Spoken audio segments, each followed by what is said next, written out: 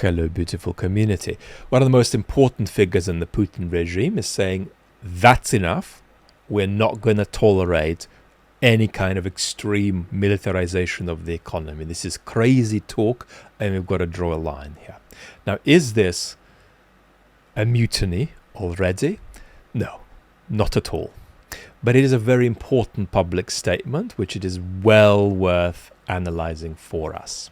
The statement is being made by Mr. Sobyanin, who is the long-standing mayor of Moscow, and as you can see there, also held really important posts in the regime before. So this is a really big figure in the Putin regime.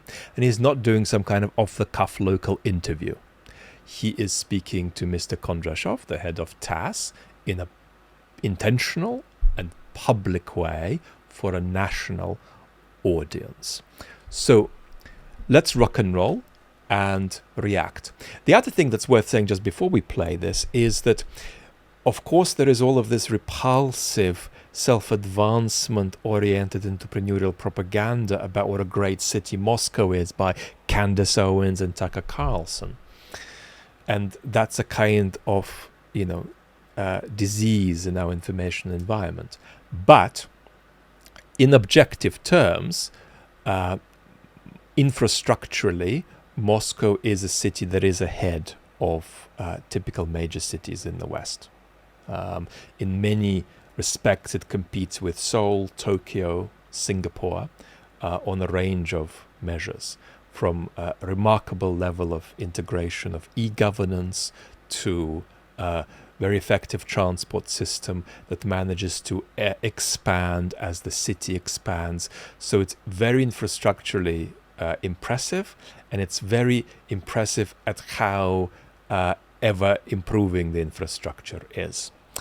There's a big drop-off then to the rest of the place, to the rest of the country, because Moscow is a country within a country, and so behind Moscow there's a drop-off and you get Petersburg and a few regional capitals, and then below that there's an abysmal drop-off. But Moscow is a very special kind of bubble, right? Just this morning I needed to do something here to do with my tax, to do with organizing a doctor to come and do blood tests here, and to do with a couple of other bits of London bureaucracy for which I needed apps, right? There is no contest about where this would be easier to get done, in Moscow or in London. Moscow is much more advanced. Also in London, there's some amazing bits of the city that are sort of expanding. Property prices have been falling in London recently, but the city is expanding. But there's lots of nice places around, but there's no transport infrastructure to make them really, comfortable and functional. Moscow, on the whole, doesn't allow that. So grasp what a bubble it is, right? And what a calamity it is for that bubble to be disturbed by the war. Okay, let's listen.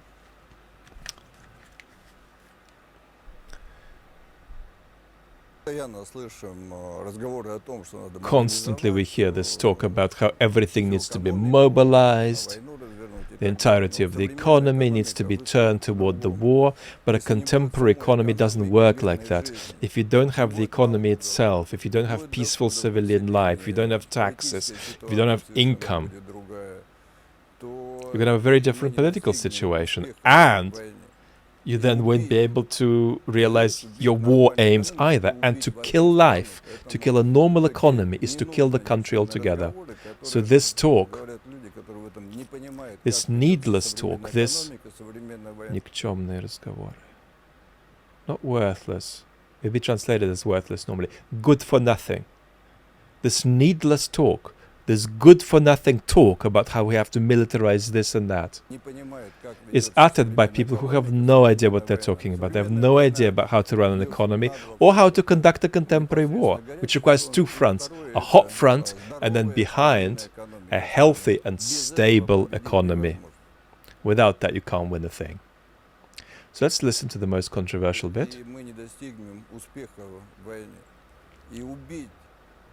To kill life, to kill a normal economy, is to kill the country altogether.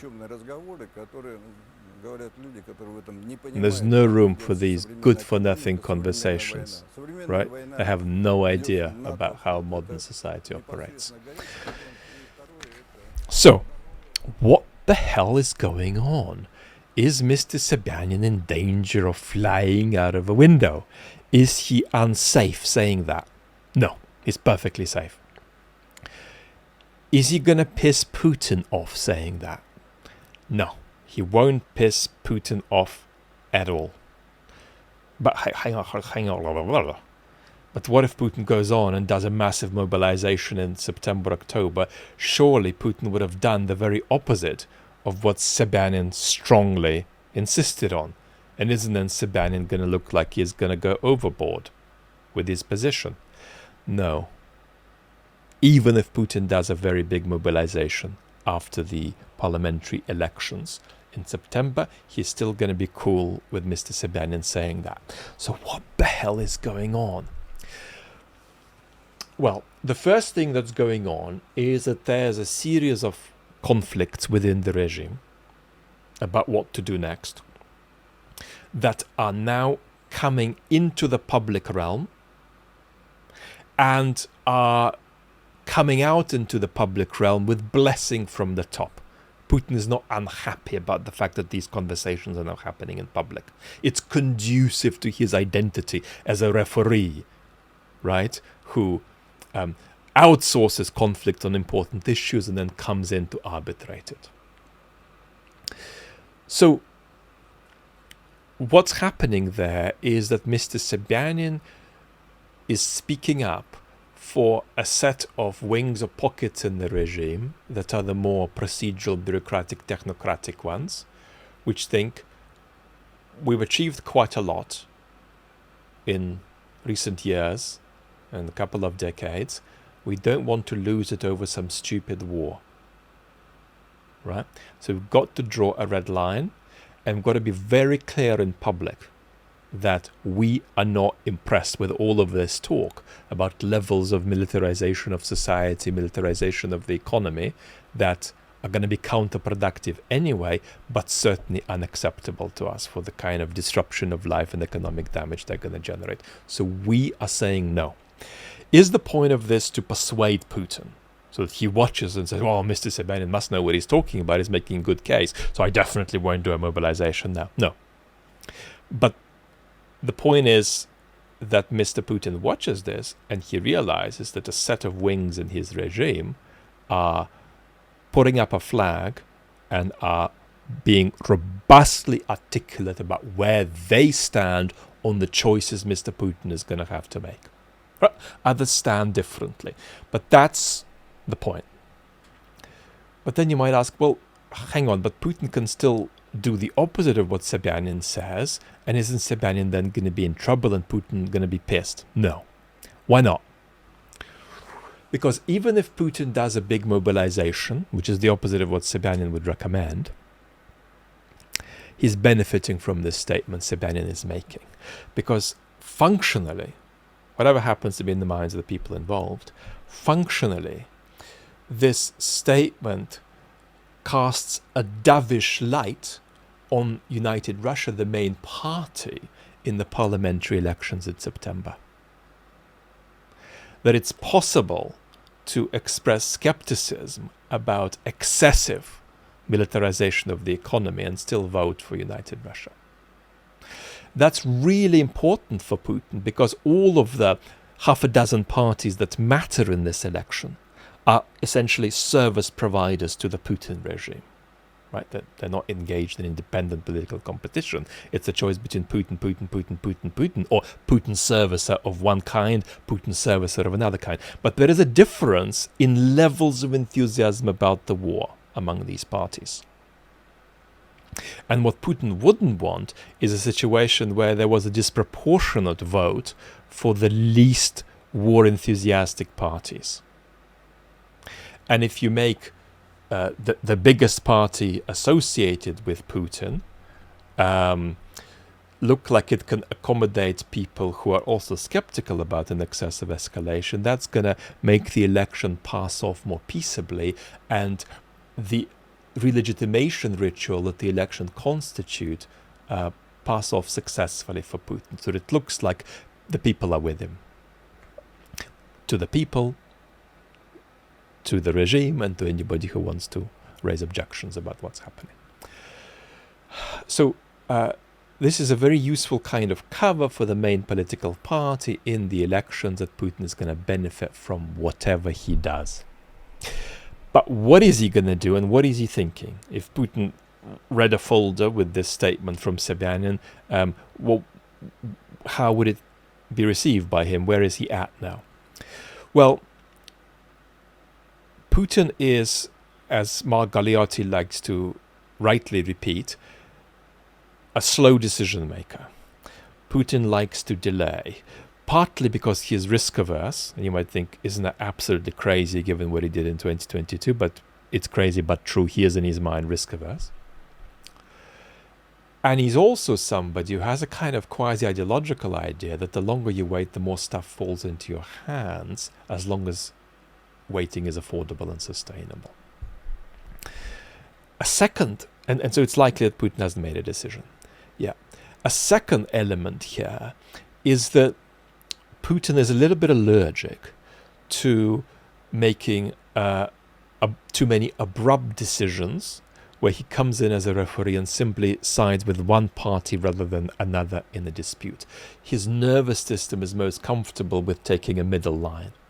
We've got a conflict inside the regime. We've now got contestation that is happening in public about what should happen next. And I am most comfortable to come out and do something that's not just entirely taking the sides of one party or the other. So whatever Putin does, his instinct is going to be to find himself a little bit in the middle. That's his comfort zone. It doesn't mean that he'll exactly land there, but it means that is his nervous system derived comfort zone. And the decision that Putin is facing is twofold. There's a direct practical decision about the mobilization, about which we'll perhaps talk in more detail, maybe even on the main channel. Second, he's got a general decision to make about the fact that the status quo will increasingly be less sustainable. So he's going to need to either de-escalate or escalate his prosecution of the war and his various kinds of actions he might take around the war. And he needs to somehow take a stance in this fork in the road. And he's going to be doing that, but one should rightly anticipate that he's going to want to be slow and he's going to want to be measured about what he does. So he's going to be nervous of making sort of radical decisions. So even if he's going to make a radical choice like mobilization, he's probably not going to favor the most radical form of its implementation. Now, beautiful community, I've been a little bit doing the rounds, and I've just visited Anders Bak-Nielsen's YouTube channel for conversations. It's a new channel that Anders started, and if you like long-form conversations, then go and give that channel some love. There are only 2 chats there, one with the Mooch and one with me. It was lovely to see Anders because we have been connected via sharing our audiences to a good extent. But now we finally managed to talk, and I'm going to steal Anders back to my channels to get him back, because he just ended up basically asking me questions and listening. Lots of love. Talk very soon.